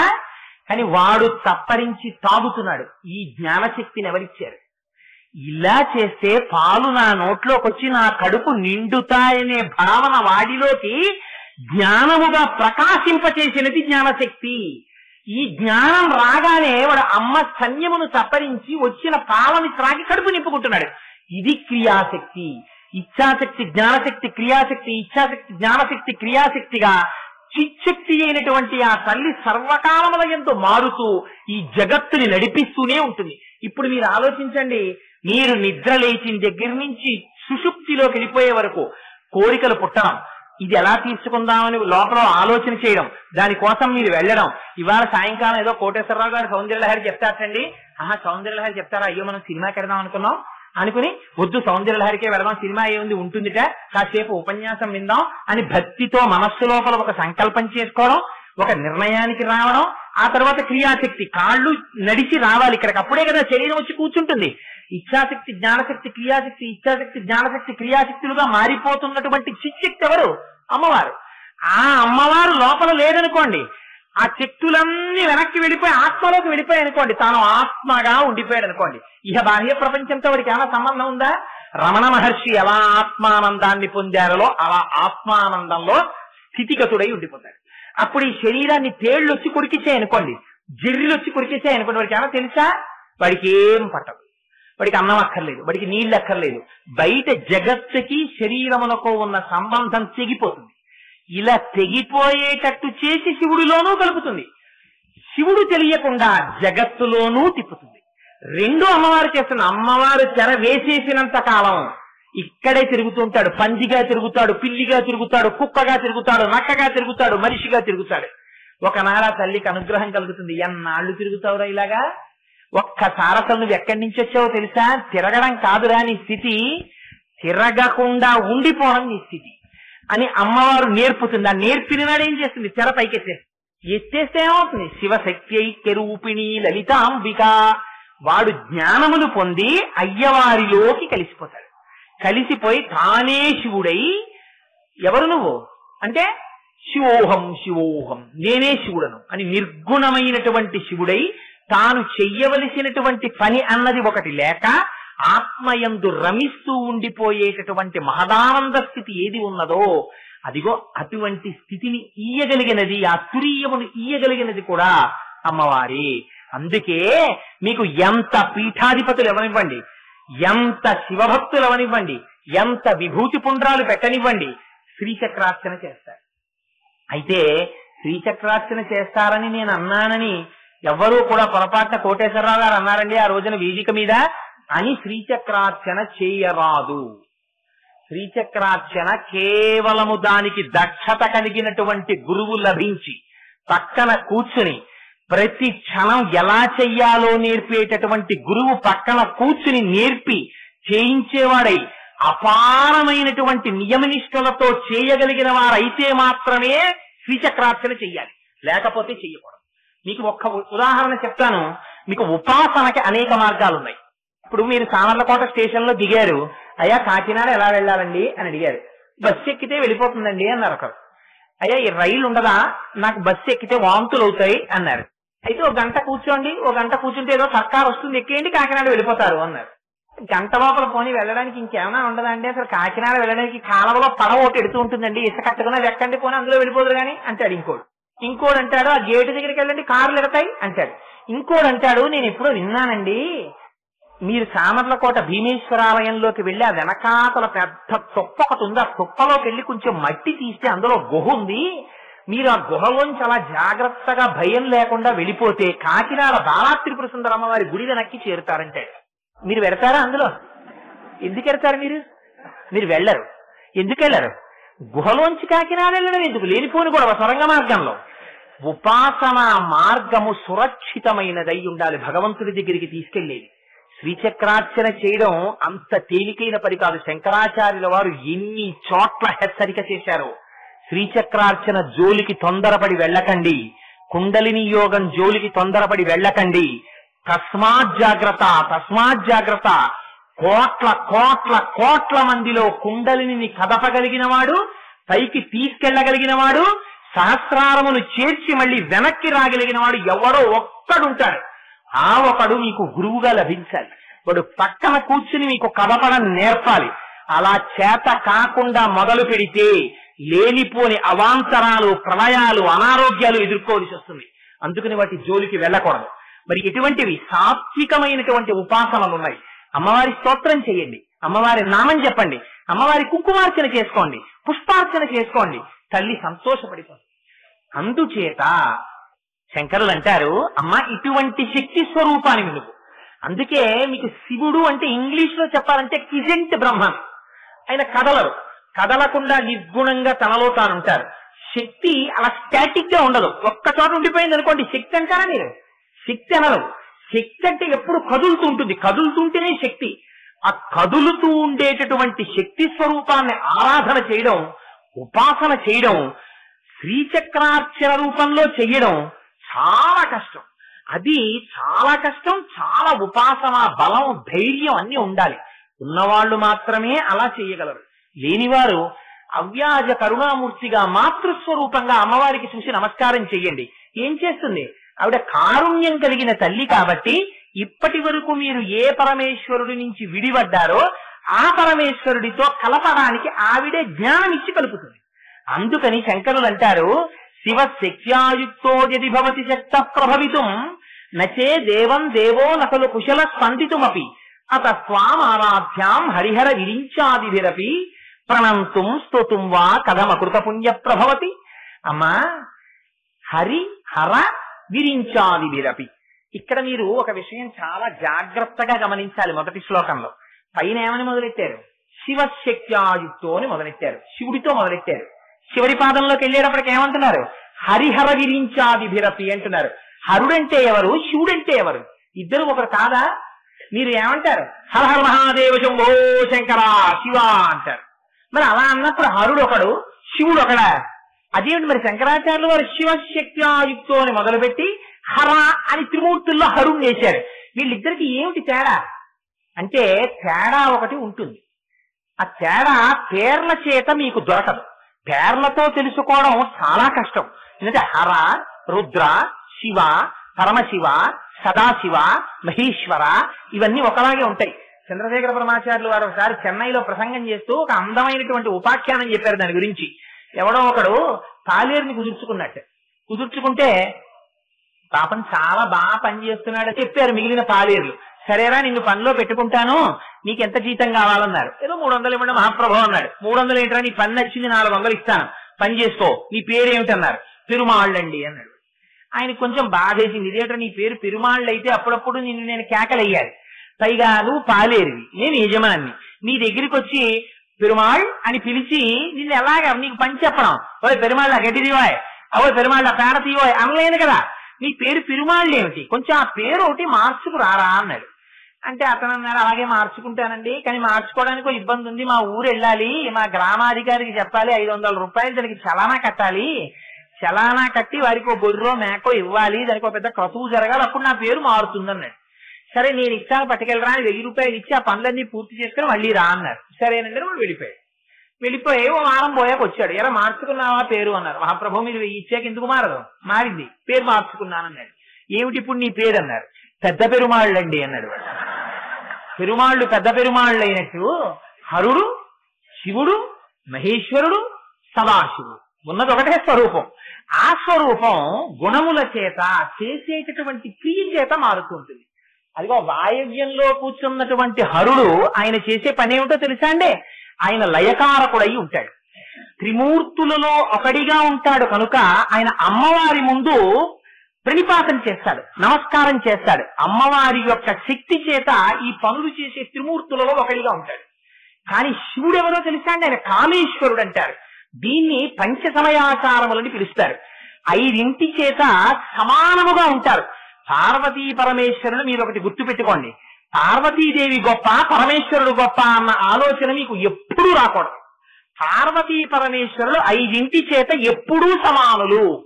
కళాభ్యాం చూడాలంకృత శశికళాభ్యాం నిజితపఫలాభ్యాం భక్తేషు ప్రకటిత ఫలాభ్యాం భవతు మే శివాభ్యామస్తో కత్రిభువన శివాభ్యాం హృది పునర్భవాభ్యాం ఆనంద స్ఫురదనుభవాభ్యాం నతిరియం అంటారు శంకర్లు. ఇద్దరు నిజ తపఫలాభ్యాం, ఒకరి తపస్సుకి ఒకరు ఫలమై ఉంటారు, ఒకరు తక్కువ ఒకరు ఎక్కువ ఉండరు. ఆది దంపతుల్లో మీకు ఆది దంపతుల్లో ఒక చిత్రమైన విషయం కూడా ఉంటుంది. మీకు బాహ్య ప్రపంచంలో వచ్చేటటువంటి దంపతులకి అక్కడ ఆది దంపతుల్లో తిరగబడి ఉంటుంది స్వరూపం. ఎందుకని మీకు ఇక్కడికి వచ్చేటప్పటికి ఏమంటారు, మిసెస్ అండ్ మిస్టర్ అంటారు, శ్రీమతి అండ్ శ్రీ చాగంటి కోటేశ్వరరావు రాయి శుభలేఖార్థములు అంటారు. అక్కడికి వెళ్ళేటప్పటికి శ్రీమతి అండ్ శ్రీ పరమశివుడు రాయి శుభలేఖార్థములు కాదు, పార్వతీ పరమేశ్వరులు అని మనం అంటాం. కానీ శివపార్వతులు అని పిలుస్తాం. పైగా మీకు ఇక్కడ స్త్రీ అబల కాబట్టి రక్షింపబడుతుంది పురుషుడి చేత. అక్కడ అమ్మవారు అబల కాదు, ఆవిడ శక్తి. ఆవిడ పరమశివుణ్ణి కదుపుతుంది, కదిపి సృష్టి చేస్తుంది. అక్కడికి వెళ్ళేటప్పటికి ధర్మం మారుతుంది. అలా 5 చేత వాళ్ళు సమానులై ఉంటారు. దేని చేత? నామములు ఇద్దరివి సమానంగా ఉంటాయి, మార్పులు ఉండవు. అందుకే ఇందాక చెప్పానే శివ శివాణి, భవ భవాని, రుద్ర రుద్రాణి, ఈశ ఈశాని, బ్రహ్మ బ్రాహ్మణి, అలా ఇద్దరి పేర్లు సమానంగా వెళ్ళిపోతాయి. రూపము, ఇద్దరి రూపములు కూడా సమానంగా ఉంటాయి. మీరు ఎప్పుడైనా అందుకే మహాకామేశ్వరుడి యొక్క తొడ మీద కూర్చున్న కామేశ్వరి స్వరూపాన్ని చూడండి. కామేశ్వరుడు అంటే ఎవరో తెలుసా అండి, నిర్గుణమైన పరబ్రహ్మములో సృష్టిగా మారాలన్న కోరిక కామము కలిగిన వాడు కామేశ్వరుడు. ఆయన యొక్క కామముగా మారినటువంటి కోరికగా ఇంతమందిగా మారదామనిపించినటువంటి కోరిక అమ్మవారు. అందుకని కామేశ్వరుడు కామేశ్వరి ఇద్దరు ఎర్రగా ఉంటారు, ఇద్దరు 4 చేతులతో ఉంటారు, ఇద్దరికి 3 కళ్ళు ఉంటాయి, ఇద్దరికి శిరస్సు మీద చంద్రరేఖ ఉంటుంది, ఇద్దరు 4 ఆయుధములు పట్టుకుంటారు, ఇద్దరు పాశం పట్టుకుంటారు, అంకుశం పట్టుకుంటారు, ధనస్సు పట్టుకుంటారు, బాణాలు పట్టుకుంటారు. అందుకని నామము ఒకటే, రూపము ఒకటే, ఆవాసము ఒకటే. ఇద్దరు మేరు పర్వతం మీద ఉంటారు, ఇద్దరు కైలాస పర్వతం మీద ఉంటారు, ఇద్దరు శ్రీచక్రంలో బిందు స్థానంలో ఉంటారు, ఇద్దరు మణిద్వీపంలో ఉంటారు. అంతే తప్ప పరమశివుడు అక్కడ ఉంటాడు, పార్వతీదేవి ఇక్కడ ఉంటుందని మీకు చెప్పరు. అందుకని నివాసము ఇద్దరిది ఒకటే, వాళ్ళు చేసే పనులు ఇద్దరికి ఒకటే, ఇద్దరు చేసే పని ఒకటే ఉంటుంది. సృష్టి స్థితి లయ తిరోధానము అనుగ్రహము. మీరు అందుకే చూడండి, అమ్మవారిగా చెప్తే అమ్మవారి ఇలా కూర్చుని వాళ్ళు 4 కింద పెట్టుకుని సదాశివుడి పర్యంకం మీద కూర్చుంటుంది. అది పరమశివుడిగా చెప్పారనుకోండి, చిదంబరంలో నటరాజుగా మారిపోతాడు. అందుకే తమిళనాట ఇప్పటికీ కూడా ఒక సామెత ఉంది. కొత్తగా ఎవరైనా పరిచయం ఉన్నటువంటి వాళ్ళతో కొద్దిగా స్నేహం కుదురుతోంది అనుకోండి, వాళ్ళ ఇంటికి మీరు వెడితే ఫలానా వారు వచ్చారు కొంచెం కాఫీ పట్టరావే అన్నారు అనుకోండి, అబ్బా అసమానం కాఫీ అని తినేస్తారు, ఎక్కడున్నాయండి పాలు అందనుకోండి ఆవిడ. అంటే ఈ వచ్చిన ఆయన అడుగుతారు తమిళంలో, ఏమంటారంటే ఏమంటే మీ ఇల్లు మధురయ్య చిదంబరమా అంటుంటారు. మధురై అంటే అక్కడ అమ్మవారు మీనాక్షి అమ్మవారి యొక్క యాజమాన్యం ఆవిడ నిర్వహిస్తుంది గుళ్ళో. సుందరేశ్వరుడు ప్రశాంతంగా కూర్చుంటాడు. చిదంబరంలో అక్కడ శివకామ సుందరి ప్రశాంతంగా కూర్చుంటుంది. నటరాజు గారు నిర్వహిస్తూ ఉంటారు విషయాలన్నీ. అందుకని మీ ఇల్లు చిదంబరమా మధురయ్య అని అడుగుతారు. మా ఇల్లు మధురయ్యండి అని సీక్రెట్ గా చెప్పుకున్నారనుకోండి మొగాళ్ళు, ఆవిడదే పెత్తనం అండి నేను ఇలా కూర్చుంటానని. అదేమిటండో మా ఇల్లు చిదంబరం అన్నాడు అనుకోండి, నేను నటరాజునండి అని. నటరాజు అయితే ఏం చేస్తాడు? నటరాజు ఒక చేతిలో ఢమరుక పట్టుకుంటాడు. ఢమరుక శబ్దగుణాత్మకం, ఆకాశం శబ్దంతో సంబంధం కలిగి ఉంటుంది. ఆకాశాద్వాయు అని సృష్టి అంతా ఆకాశంలోంచి వచ్చింది. ఢమరుక సృష్టికి గుర్తు. అలాగే స్థితి నిలబెట్టడానికి గుర్తు. నిలబెట్టడం నవ్వుతున్నటువంటి నటరాజు యొక్క ముఖం. లయ అన్నింటినీ తనలోకి కలిపేసుకోవడం. ఒక చేతిలో అగ్నిహోత్రం ఉంటుంది. సృష్టి, స్థితి, లయ, తిరోధానము. సర్పం చుట్టుకుని ఉంటుంది. ఆ చుట్టుకున్నటువంటి సర్పం తిరోధానానికి గుర్తు. అనుగ్రహము అంటే మళ్ళీ భగవంతుడితో కలపగలిగినటువంటి జ్ఞానం ఇవ్వడానికి గుర్తు ఏమిటి? బ్రాహ్మీభూతమైనటువంటి ఎడమ పాదము పైకి లేచి ఉంటుంది, ఊర్ధ్వగామి. అంటే జ్ఞానమును పొంది శంకరుడితో కలవడం. అందుకని నటరాజస్వామిగా ఆనంద తాండవమూర్తి అని పిలుస్తారు ఆయన్ని. అంటే ఆనందమని ఇవ్వగలిగి ఉంటాడు. అమ్మవారు ఇలా కూర్చుంటుంది. అందుకే ఆవిడ పంచ ప్రేతాసనాసీన పంచబ్రహ్మాసన స్థిత అని పేరు ఆవిడకి. పంచబ్రహ్మలు ఉండేటటువంటి ఆసనం మీద కూర్చుంటుంది.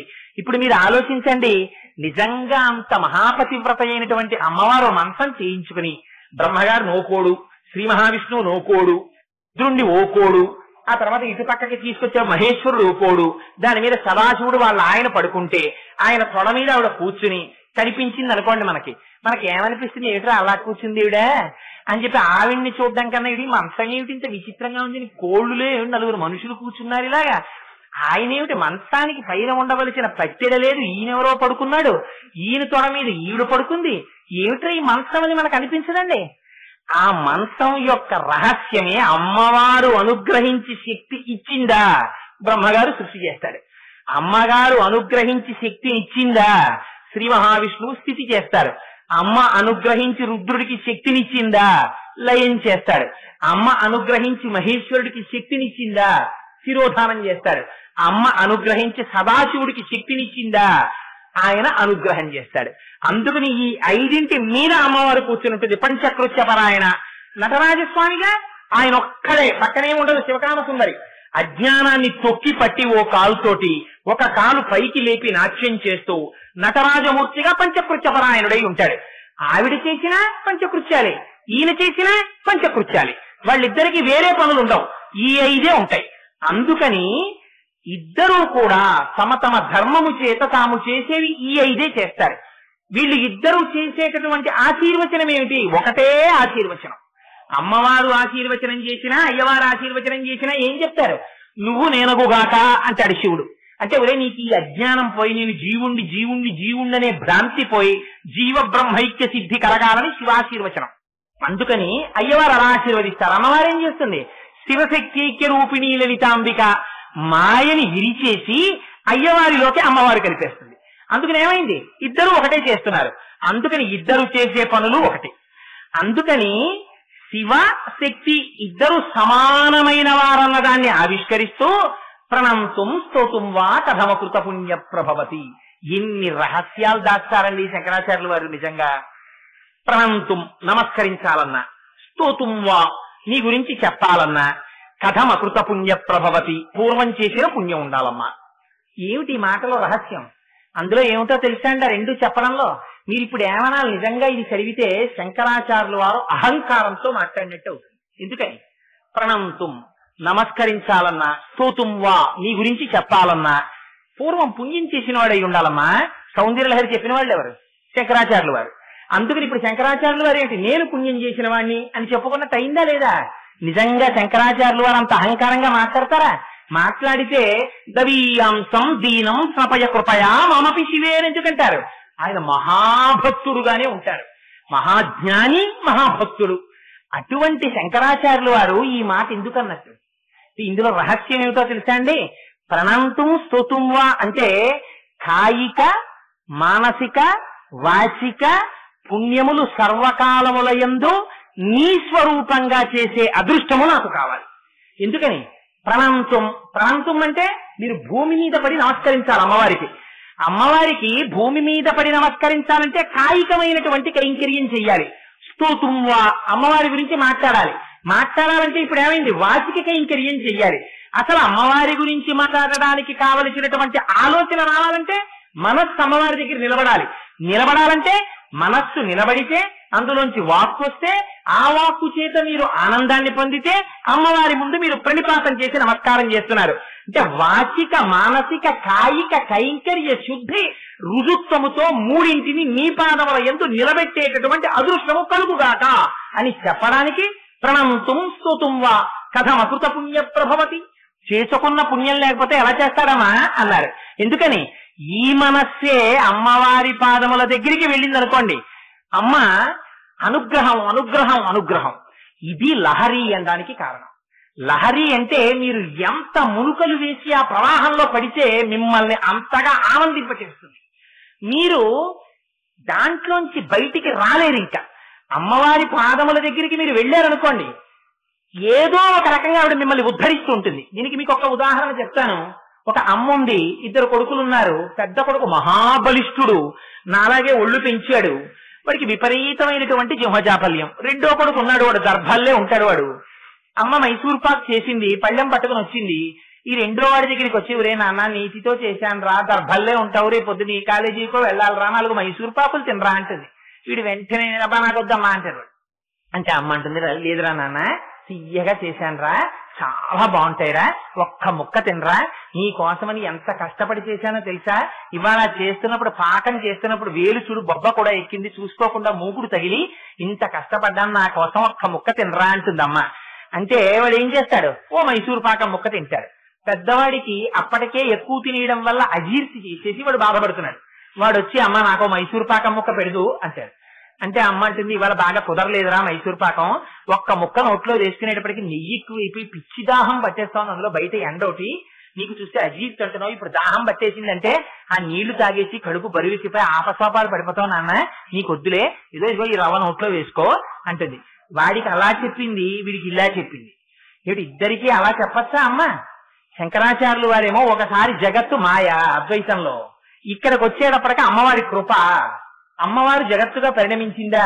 మరి ఒకే శంకరాచార్యులు వారు ఇలా చెప్పచ్చా శ్లోకంలో? అంటే ఇది జగదాచార్యుల కృప. అక్కడ మీరు అబద్ధాన్ని దేంతో అనుసంధానం చేసి నిజం చేస్తారు. అమ్మ రెండో వాడికి మైసూరు పాకం ముక్క పెట్టి కాస్త ఒళ్ళొచ్చేటట్టు చెయ్యడానికి చెప్పిన అబద్ధం నిజం.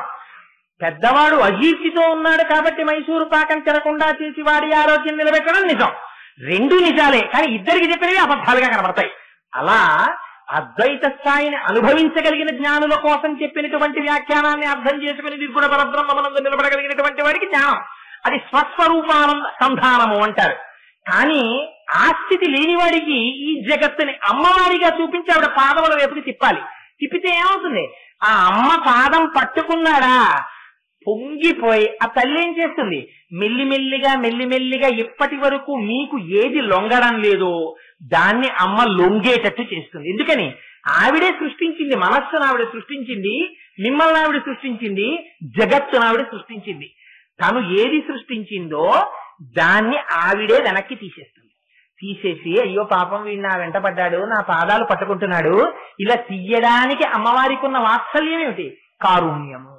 అయ్యో పిల్లాడండి పాపం అస్తమానం నా పాదాలు తలుచుకుంటున్నాడు, వీడికి ఏదైనా నేను ఉపకారం చెయ్యొద్దా అని ఏం చేస్తుంది? ఇంద్రియ వ్యామోహాన్ని, మనస్సు యొక్క లంపటాన్ని తీస్తుంది. తీస్తే ఏమవుతుంది? సదాశివ స్వరూపం అర్థమవుతుంది. అందుకని అమ్మ అలా చెయ్యడం త్రికరణ శుద్ధిగా నీ దగ్గరికి వచ్చి ఓ శ్లోకం చెప్పాలన్నా, నీకు నమస్కారం చెయ్యాలన్నా, నీ యందు మనస్సు నిలబెట్టాలన్నా అసలు ప్రారంభం అంటూ కూడా జరగాలి కదమ్మా. అది లేనప్పుడు బ్రహ్మ అయితే ఏమిటి, విష్ణువైతే ఏమిటి, రుద్రుడైతే ఏమిటి, నిన్ను స్తోత్రం చేయగలరా? చేయలేరమ్మా అన్నారు. ఎందుకని వీళ్ళ ముగ్గురిని చెప్పడం? సృష్టిలో అందరికన్నా పెద్దవాళ్ళు వీళ్ళు ముగ్గురు కాబట్టి వాళ్లే చెయ్యలేనప్పుడు మనం ఎక్కడ చేస్తాం?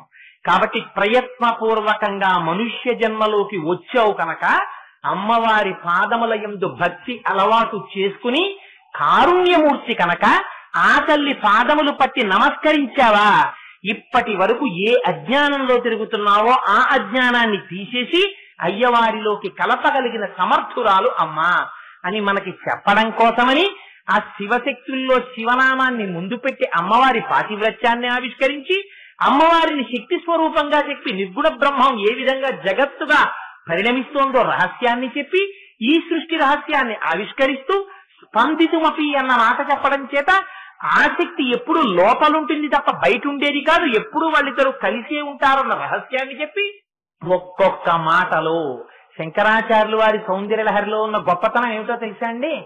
వివరణ చేయరు. అమ్మవారు ఎక్కడో బయట ఉండదు, అమ్మవారు అయ్యవారు లోపలే ఉంటుంది అలా చెప్పరాయన. ఒకే మాట వేస్తారంతే, స్పందితుమపి అంటారు. స్పందన అన్న మాట తీసి మీరు వ్యాఖ్యానం చదువుకోవాలి. స్పందన ఎక్కడ జరుగుతుంది? బయట జరగదు, లోపల జరుగుతుంది. లోపల జరుగుతోంది కాబట్టి శక్తి ఎక్కడ ఉంది? బయట లేదు, లోపలే ఉంది. అందుకని లోపలే ఉన్న శక్తి కాబట్టి ఎప్పుడు ఆయనతో కలిసే ఉంది. ఆయనతో కలిసి ఉండడంలోనే అమ్మవారి యొక్క గొప్పతనం ఉంది. అయ్యవారిని విడిచి అమ్మవారు ఉండనే ఉండదు. అటువంటి అమ్మ కాబట్టి ముందు శివశబ్దంతో మొదలెట్టి అమ్మవారిని సంతోష పెట్టడం. ఇన్ని రహస్యాలు ఒక శ్లోకంలోకి తీసుకొచ్చి ఈ సృష్టి రహస్యాన్నంతటిని బయటపెట్టి ముందు భక్తితో అమ్మ పాదములు పట్టుకుంటే జ్ఞానం వైపుకి నడిపేటటువంటి శక్తి అమ్మకుందని చెప్పి ఇన్నింటిని మనకి మొదటి శ్లోకంలో చెప్పి మహానుభావుడు మన కోసమని మన కృతార్థుల్ని చెయ్యడం కోసమని ఇంత పరిశ్రమ చేశారు జగదాచార్యులు. వారికి మనం ఏమి రుణం తీర్చుకుంటాం? ఒక్క నమస్కారం చేయడం. అందుకని శివశక్త్యాయుక్తో యది భవతి శక్త ప్రభవితుం నచే దేవం దేవో నఖలు కుశల స్పందితుమపి అతస్వామరాభ్యాం హరిహర విరించాదిభిరపి ప్రణంతుం స్తుతుం వా కథమకృత పుణ్య ప్రభవతి.